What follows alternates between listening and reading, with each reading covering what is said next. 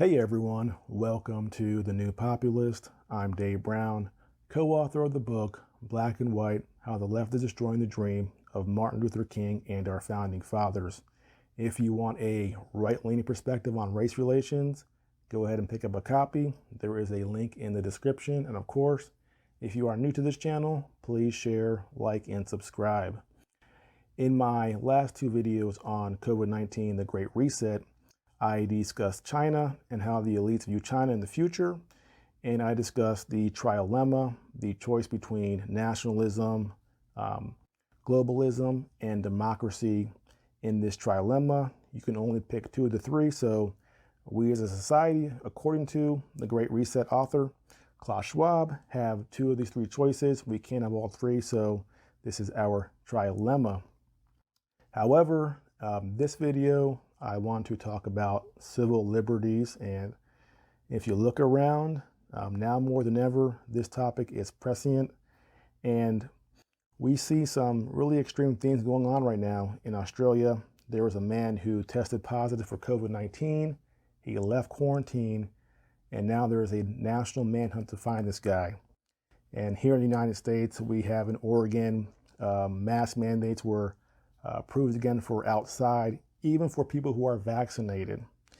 And if you want to get really extreme, we can go to Vietnam, where people are barred in their houses and they're not allowed to leave, even for groceries. So they have a military presence in the big cities, keeping people indoors in their houses. So civil liberties are under attack. And when this book was written a year and a half ago, he was alluding to some of the things that may be done in order to fight this pandemic. And well, we're seeing it right now. So let's get into it. And of course, again, my source for all my information is the book, COVID-19, The Great Reset, written by Klaus Schwab, the founder of the World Economic Forum. So let's get into it. When this book was written in the spring of 2020, Klaus Schwab was pointing to the Asian countries as being the shining examples of how to fight this pandemic. And it's funny because he gives them a lot of kudos, but then later kind of shows how they were able to be so successful. So consider what he says here.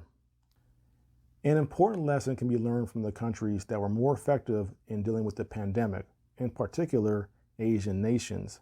Technology in general, and digital in particular, help. Successful contact tracing proved to be a key component of a successful strategy against COVID-19. So he's pointing to technology, monitoring people as a way to fight COVID-19.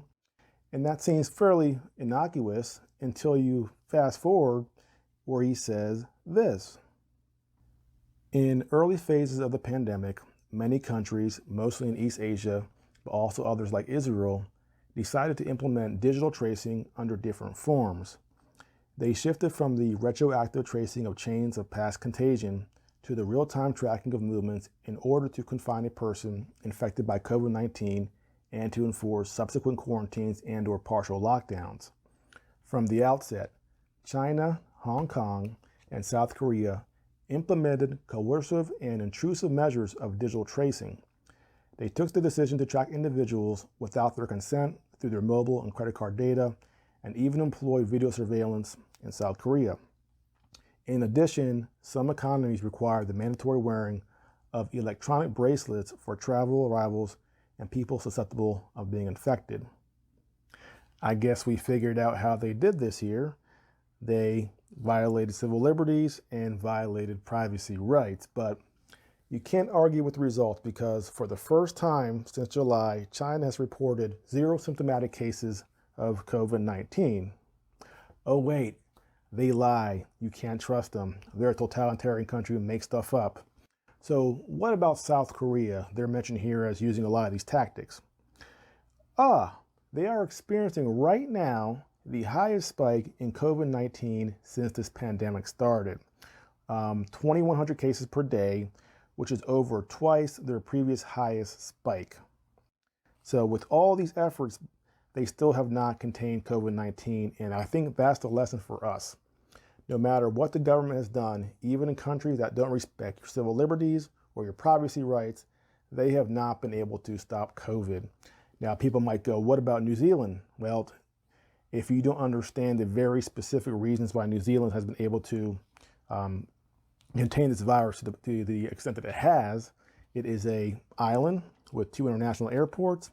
And I think the population is 9 million, and they've had ridiculous lockdowns. And even then, they've still had cases slip out on them. And that is with the most authoritarian measures taken in a situation where geography favored them. But what if people would voluntarily give up some of their privacy rights, or, for example, sign up for an app that would monitor them? Here's what Klaus Schwab says here, and this is interesting. No voluntary contract tracing app will work if people are unwilling to provide their own personal data to the governmental agency that monitors the system. If any individual refuses to download the app and therefore to withhold information about possible infection, movements, and contacts, everyone will be adversely affected. In the end, citizens will only use the app if they regard it as trustworthy, which is itself dependent upon trust in the government and public authorities. The problem I think a lot of us have is that the government lies to you and then goes, oh, why don't you trust us? Well, Fauci lied about masks. He lied about herd immunity. They've ignored people with natural immunity, people who have been previously infected and carry antibodies. They're pushing the vaccine hard on them, and they're ignoring prophylaxis, ivermectin, vitamin D, exercising, doing things to improve your general health so that if you do get this virus, that you can do well with it. So the government has this long history of poisoning the well, and they're getting mad when you don't drink from that well. And this is not just a current problem. This has been the problem with government for the entirety of human history, which is why our founding fathers wrote this document to curtail the powers of the central government to protect our God-given rights. And if we're not going to voluntarily, do these things to be tracked and give up our privacy, that leaves the government with another option, which is, of course, is to just go ahead and ram through legislation to curtail privacy rights and civil liberties. And this is not the first time that they've done this, of course. This has happened before. And Klaus Schwab points to 9/11 as being a time where the government took actions against your civil liberties. And at first, people protested, but over time, they became accepted. Here's what he says. The perennial concern expressed by legislators, academics, and trade unionists is that the surveillance tools are likely to remain in place after the crisis and even when a vaccine is finally found, simply because employers don't have any incentive to remove surveillance systems once it's been installed, particularly if one of the indirect benefits of surveillance is to check on employees' productivity. This is what happened after the terrorist attacks of 9/11.